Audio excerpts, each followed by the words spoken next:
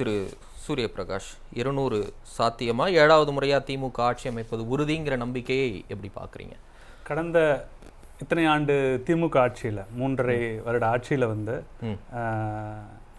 என்ன அளவில் திமுக பெர்ஃபார்ம் பண்ணியிருக்கு அப்படிங்கிறத மக்கள் நேரடியாக ஃபீல் பண்ணுறாங்க, நேரடியாக மக்கள் உணர்கிறார்கள். வேலை வாய்ப்பை பொறுத்த வரைக்கும் திமுக அரசு வந்து தேர்தலுக்கு முன்னாடி திமுக என்ன சொல்லுச்சுன்னா 5,500,000 வேலை வாய்ப்புகள், அதாவது 3.5 லட்சம் வேலை வாய்ப்புகள் வந்து ஏற்கனவே அரசுல நிரப்பாம இருக்கு, குரூப் 4 உட்பட. அதுக்கு மேல 2 லட்சம் வாய்ப்புகளை உருவாக்குவோம், 5.5 லட்சம் வேலை வாய்ப்புகள் அரசு வேலை வாய்ப்புகளை உருவாக்குவோம்னு சொல்லி தேர்தல் வாக்குறுதியில் சொன்னாங்க. இது வரைக்கும் அதுல 10% கூட நிறைவேற்றப்படவில்லை. ரெண்டாவது, தனியார் துறையில் 5 லட்சம் வேலை வாய்ப்புகளை உருவாக்குவோம், அதற்காக 10 லட்சம் கோடி முதலீடு கொண்டு வந்திருக்கோம் அப்படின்னு சொன்னாங்க. அதில் 60% செயல்படுத்தணும்னு சொன்னாங்க. இது வரைக்கும் பாமக மாதிரியான கட்சிகள் தொடர்ந்து அதை கேட்டுக்கிட்டே இருக்குங்க. எதிர்கட்சிகள் இது குறித்து வெள்ளை அறிக்கை கொடுங்க, எத்தனை அரசு தேர்வுகள் எத்தனை நடத்தப்பட்டு எத்தனை அரசு வேலை வாய்ப்புகள் உருவாக்கப்பட்டன, 5.5 லட்சம் சொன்னீங்களா, இல்லை எவ்வளோ ஃபுல்ஃபில் பண்ணினீங்கன்னு சொல்லி தொடர்ந்து கேட்குறோம். கேட்டால் எங்களுக்கு உடனே வேலை இல்லைன்னு சொல்கிறாங்க. தனியார் துறையில் 5 லட்சம் வேலை வாய்ப்புகள் உருவாக்குறோம் அப்படின்னு சொன்னீங்களே, அந்த 5 லட்சம் வேலை வாய்ப்பு என்னாச்சுன்னு சொன்னால் அப்பயும் வந்து எதிர்கட்சிக்கு வேலை இல்லைன்னு சொல்கிறாங்க.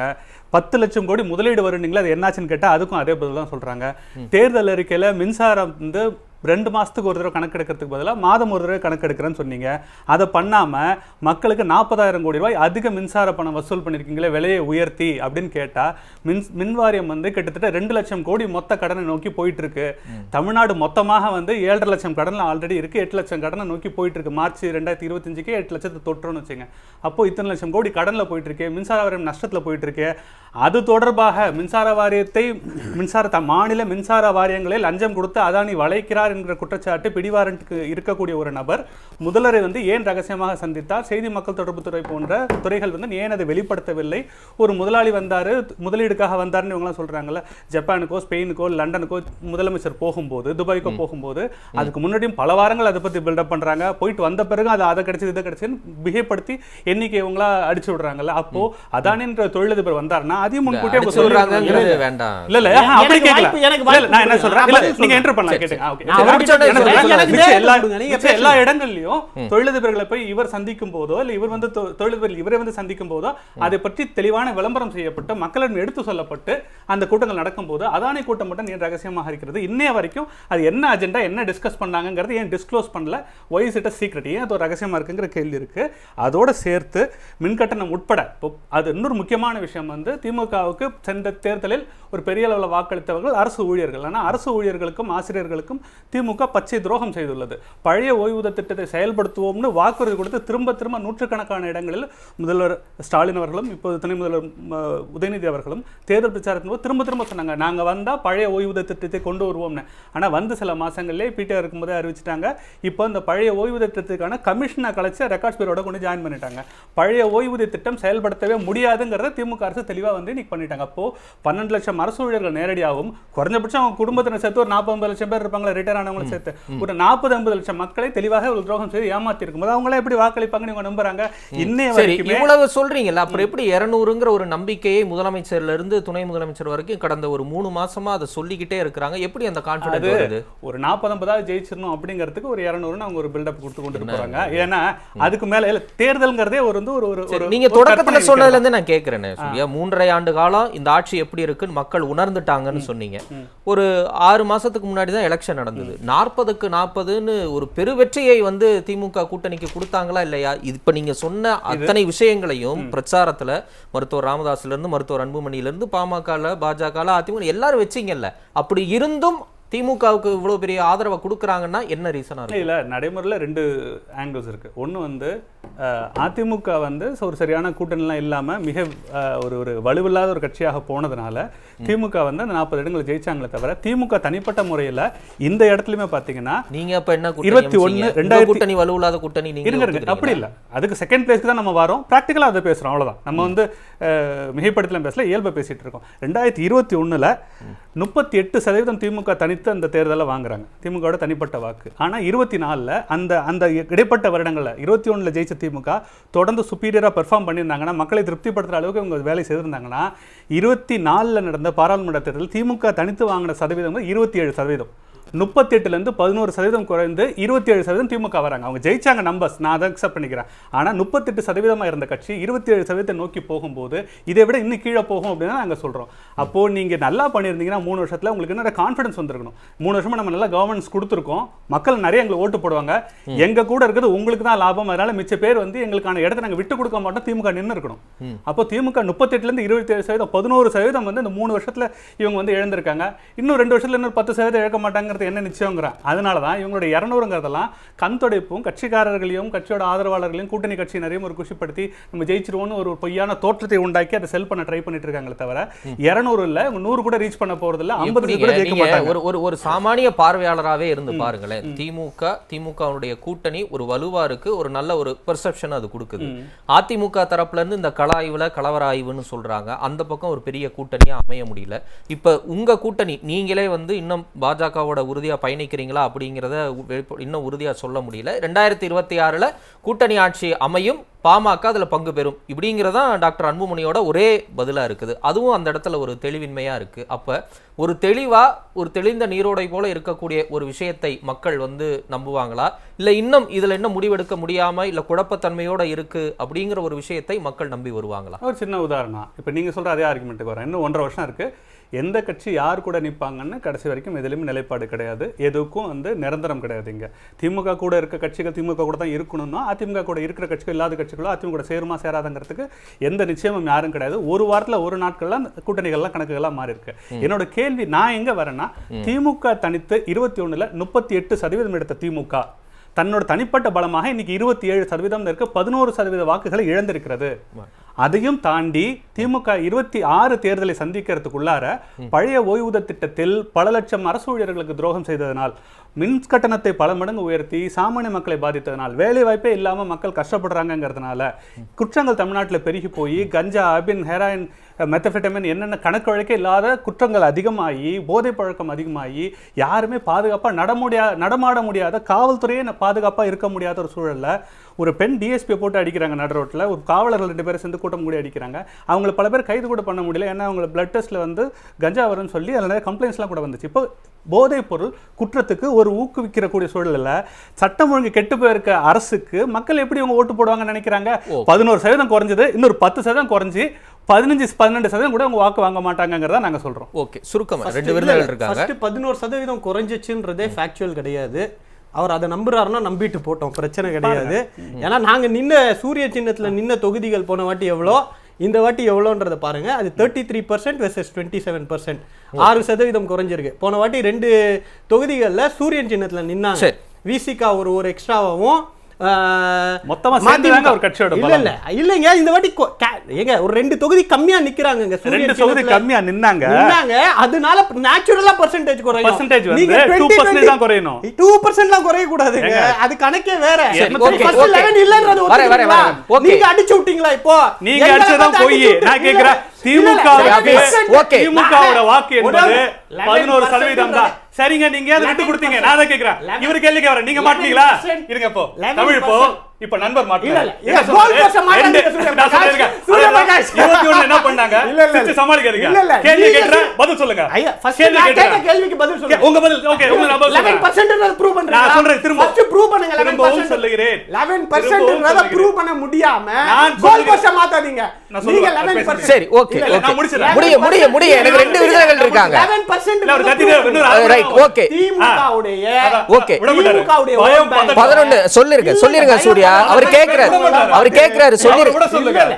நான் கேட்டேன் 11% ப்ரூவ் பண்ணுங்க. சரிங்க, ஒரு 40-50 தடவை ஒரே சென்டென்ஸ் ரிப்பீட் பண்றாங்க. சொல்லுங்க. எனக்கும் புரிஞ்சு உங்களுக்கு புரிஞ்சு. விடுங்க சாமி. என்னோட கேள்வி என்னன்னா 21 திரும்ப விட மாட்டாங்க. சொல்லுங்க. பதில் சொல்ல விட மாட்டாங்க. சூர்யா சொல்லுங்க. பதில் சொல்ல விட கூடாதுங்கறத உங்களுக்கு தந்திரமே. சூர்யா பதில் சொல்லிருங்க. நான் அடுத்த விருதுகிட்ட போறேன். இதுக்கான பதில் நான் சொல்றேன் கேளுங்க. 21ல் திமுக அதிக தொகுதிகள் நின்னது, அதனால கூட வாக்கு சதவீதம் வாங்குச்சு. இப்ப 2% தொகுதி குறைவாவே நின்னு இருக்கோங்கிறாங்கல்ல. இந்த குறைவாவே நின்னதுக்கான காரணமும் என்னன்னா, இவங்கள் அந்த பேரம் பேசக்கூடிய இடத்துல இல்லாததுனாலதான் இந்த எண்ணிக்கை இழந்திருக்காங்க. இந்த கூட்டணி கணக்குகளுமே என்னன்னா இவர்கள் ஒட்டுமொத்தமாக இவங்க கூட்டணி. அப்ப நீங்க உங்க கேள்வி எவ்வளவு எழுந்தீங்க நீங்க சொல்லுங்க. சரி, ஓகே, நன்றி நன்றி நன்றி நன்றி. விடு, இல்ல இல்ல இல்ல எனக்கு நேரம் இல்ல, எனக்கு நேரம் இல்ல. 2 நிமிஷம் எடுத்தாங்க. Right, okay. சூர்யா ஓகே, நன்றி நன்றி. ஒரு நல்ல ஆட்சியில நன்றி நன்றி. 38 சூர்யா ஓகே ஓகே. வெயிட் பண்ணு. இல்ல இல்ல அபீஸ், ரைட். நீங்க ரெண்டாவது சுற்றுல சொல்லுங்க. நான் 2 விருதுகிட்ட போறோம். வெயிட் பண்ணுங்க. வெயிட் பண்ணுங்க அபீஸ்.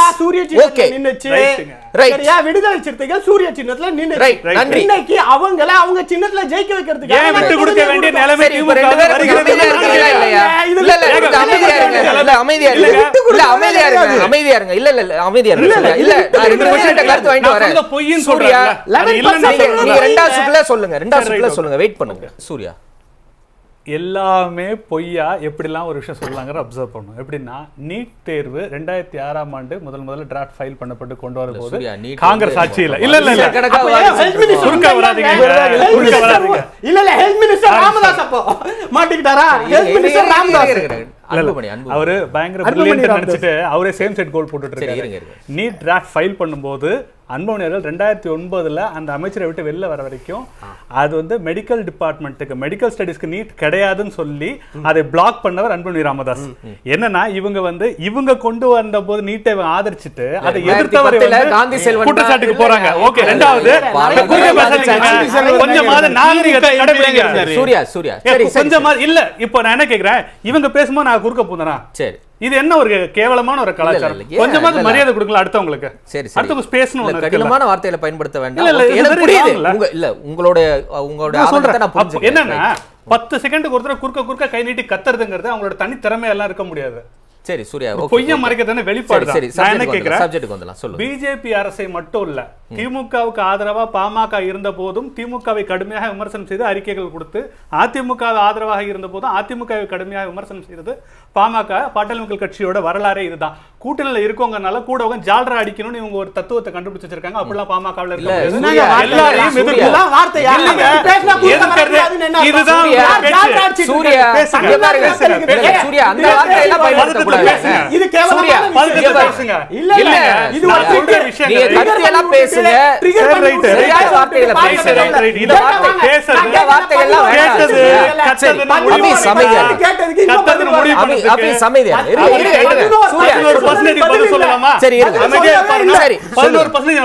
எல்லாரையும்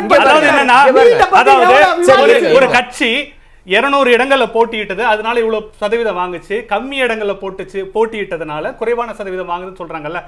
அந்த கம்மி இடங்களை போட்டி போடுறதே ஒரு கட்சி வலுவை இழக்கிறதுங்கிறது தான் பேசிக்கா கூட்டணியுமே சொல்றேன். இல்லங்க ரெண்டு கட்சி இல்ல அதே என்ன லாஜிக் நான் சொல்றேன். அமைதியா வாய்முட்டு கேட்டாங்கன்னா நான் சொல்றேன். எப்படி இல்லங்க சூர்யா இவங்க பேசும்போது தமிழ் ரொம்ப தப்பு. தமிழ் கம்ப்ளீட்லி அமைதியா இருக்கு. இல்லப்பா என்ன அவங்க பேசும்போது அமைதியா இருக்கு. நான் கேக்குறேன் நான் கேக்குறேன். இல்ல நான் ஏன் சொல்றேன் அவர் பதில் சொல்லுங்க. வெயிட் பண்ணுங்க. நான் பேசிக்கிறேன். வெயிட் பண்ணுங்க. ஆபீஸ் அமைதியா இருங்க. ஒரே பாயிண்ட் திரும்ப வர. ஓகே ஆபீஸ் இருங்க. ஆபீஸ் அவர் இருங்க. ஆபீஸ் அவர் ஏதா பேசுறா நான் கேட்டுக்கிறேன். ஆபீஸ் அமைதியா இருங்க. அமைதியா இருங்க. தமிழ் நான் உங்களே கேக்குறேன். அவர்ட்ட கேளு. உங்களே கேக்குறேன். 200 இடங்களை போட்டி போட்டா நிறைய ஓட்டு வாங்கணும், 100 இடங்களை தான் போட்டி போட்டா அதனால கம்மியா வாங்குறோம், பர்சன்டேஜ் கம்மியா தெரியுதுன்னு சொல்றாங்களே. என்னோட கேள்வி என்னன்னா, அதே கூட்டணி கட்சிகள் இருக்கிற தேர்தல்ல முதல் தேர்தல்ல உங்களால பேரம் பேசி அதிக இடத்துல நிக்க முடிஞ்சது. ஏன் சின்னத்துல நில்லுன்னு அடுத்தவங்களை கட்டாயப்படுத்த முடிஞ்சது. 3 வருட ஆட்சிக்கு பிறகு உங்களால நிக்க முடியாத போது அதுவே வீக்கன் ஆகிட்டு இருக்கீங்கன்னு தானே அர்த்தம். நான் ஒரு சந்தேகம் கேட்கிறேன் சூர்யா.